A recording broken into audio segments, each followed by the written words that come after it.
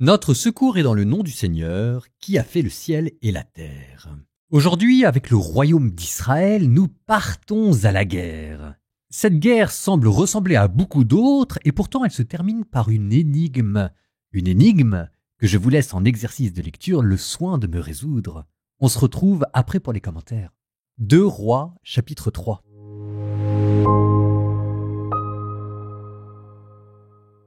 Joram, fils d'Akab, devint roi sur Israël à Samarie, la 18e année du règne de Josaphat, roi de Juda. Il régna 12 ans. Il fit ce qui est mal aux yeux du Seigneur, mais pas autant que son père et sa mère, car il supprima la stèle de Baal que son père avait dressée. Toutefois, il resta attaché au péché que Jéroboam, fils de Nébat, avait fait commettre à Israël. Il ne s'en écarta pas. Mécha, roi de Moab, était éleveur de troupeaux et payait en tribut au roi d'Israël 100 000 agneaux et 100 000 béliers avec leur laine. Mais à la mort d'Akab, le roi de Moab se révolta contre le roi d'Israël. Ce jour-là, le roi Joram sortit de Samarie et passa en revue tout Israël. Puis il partit et envoya dire à Josaphat, roi de Juda, « Le roi de Moab s'est révolté contre moi. Viendras-tu avec moi pour combattre Moab ?» Josaphat répondit, « Je monterai. Ce sera pour moi comme pour toi, pour mon peuple comme pour ton peuple, pour mes chevaux comme pour tes chevaux. » Il ajouta, « Par quel chemin monterons-nous » Joram reprit, « Par le chemin du désert d'Édom. » Ainsi partirent le roi d'Israël, le roi de Juda et le roi d'Édom. Après 7 jours de chemin, l'eau vint à manquer pour la troupe et pour les bêtes de somme qui suivaient. Le roi d'Israël dit alors, « Malheur! Le Seigneur a donc convoqué les 3 rois pour les livrer aux mains de Moab. » Josaphat demanda, « N'y a-t-il pas ici un prophète du Seigneur, par qui nous puissions consulter le Seigneur ?» Un des serviteurs du roi d'Israël répondit, « Il y a ici Élisée, fils de Shaphat, qui versait l'eau sur les mains d'Élie. » Josaphat dit alors, « La parole du Seigneur est avec lui. » Le roi d'Israël ainsi que Josaphat et le roi d'Édom descendirent vers lui. Élisée dit au roi d'Israël, « Que me veux-tu ? Va trouver les prophètes de ton père et les prophètes de ta mère. » Le roi d'Israël lui répondit, « Non, car le Seigneur a convoqué ces 3 rois pour les livrer aux mains de Moab. » Élisée reprit, « Par la vie du Seigneur de l'univers devant qui je me tiens, si je n'avais égard à Josaphat, roi de Juda, je ne te prêterai aucune attention, je ne te regarderai pas. Maintenant, amenez-moi un musicien. » Dès que le musicien jouait, la main du Seigneur était sur Élisée. Celui-ci déclara, « Ainsi parle le Seigneur, creusez dans ce ravin des fosses et des fosses, car ainsi parle le Seigneur, le vent vous ne le verrez pas, la pluie vous ne la verrez pas, et pourtant l'eau emplira ce ravin, et vous boirez, vous, vos troupeaux et vos bêtes de somme. Encore est-ce trop peu aux yeux du Seigneur ? Il va livrer Moab entre vos mains.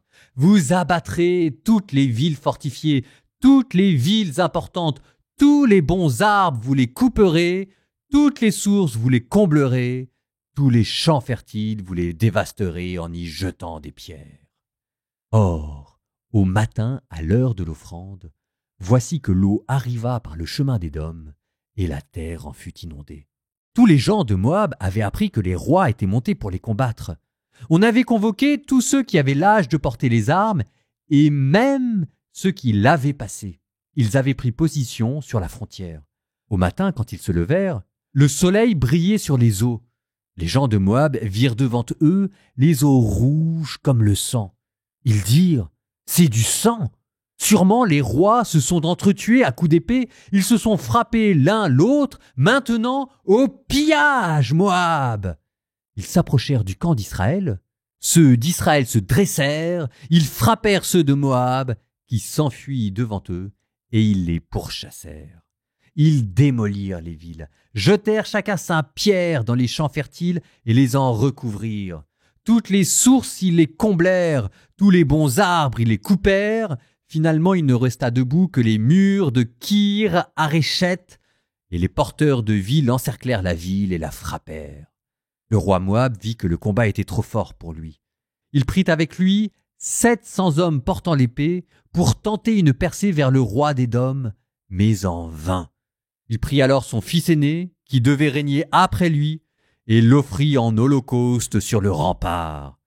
Une grande colère vint sur Israël, qui leva le camp et retourna dans son pays.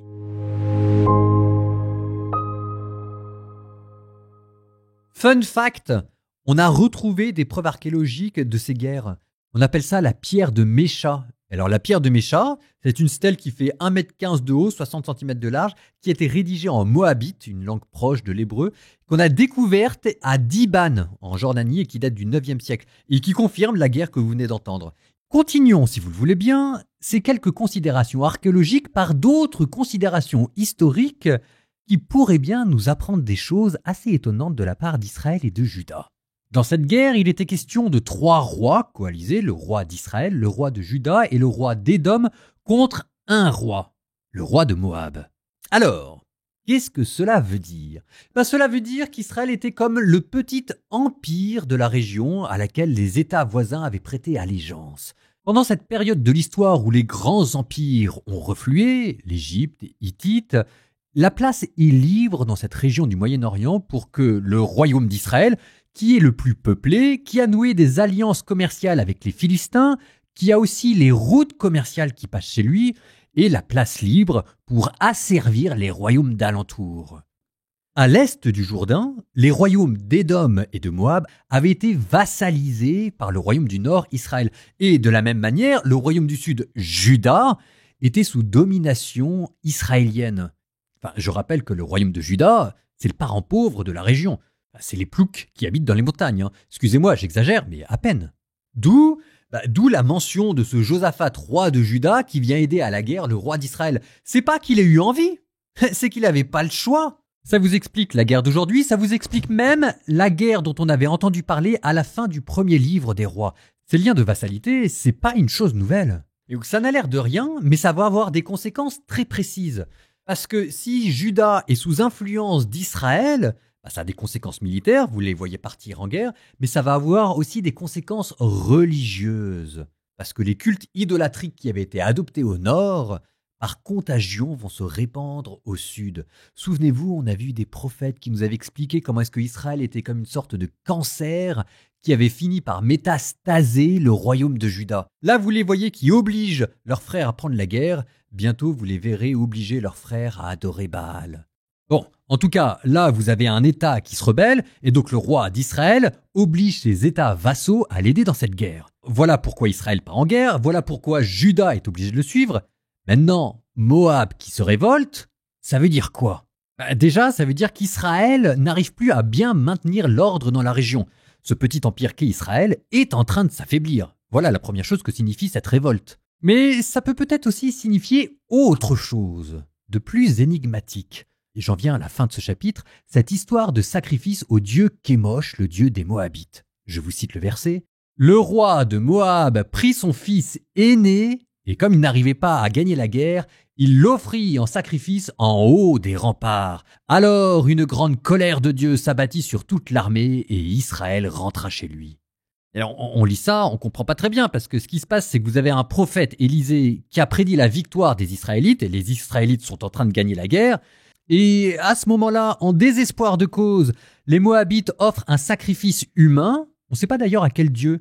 Est-ce que c'est au dieu Kémosh, le dieu des Moabites, ou est-ce que c'est au dieu d'Israël ? C'est pas écrit dans le texte. En tout cas, la conclusion, c'est que Dieu leur donne la victoire finale à eux. On se dit, c'est quand même curieux, c'est pas comme ça que ça fonctionne, la Bible d'habitude. Oui, sauf que quoi ? Pourquoi Mécha, roi de Moab, s'était-il en premier lieu rebellé contre Israël ? La réponse était au verset 4. Il payait en tribut au roi d'Israël 100 000 agneaux et 100 000 béliers avec leur laine. Mes notes de bas de page disent « chiffre peu vraisemblable ». Et c'est vrai que 100 000 agneaux et 100 000 béliers, ça fait quand même beaucoup. Alors, ok, on est habitué des chiffres bibliques qui sont parfois un peu exagérés, mais ce que ça veut dire, c'est pas que c'est invraisemblable. Ce que ça veut dire, c'est que Israël les pressait jusqu'au sang. C'est pas par gaieté de cœur qu'ils sont rebellés, c'est pas par volonté expansionniste, c'est parce qu'il n'en pouvait plus et qu'il crevait de faim et qu'il fallait qu'il vive.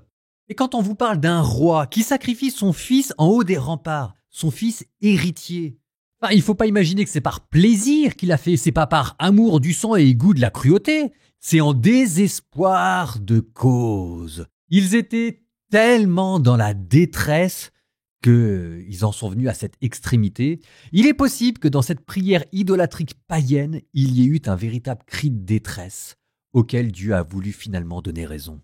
Les rois d'Israël ici ont remplacé les pharaons à asservir toute la région avoisinante.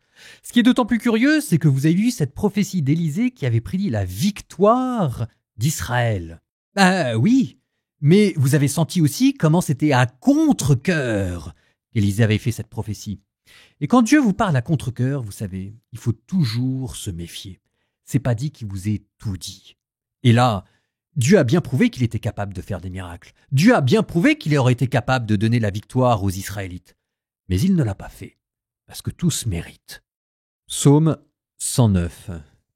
Oracle du Seigneur à mon Seigneur, siège à ma droite, et je ferai de tes ennemis le marchepied de ton trône.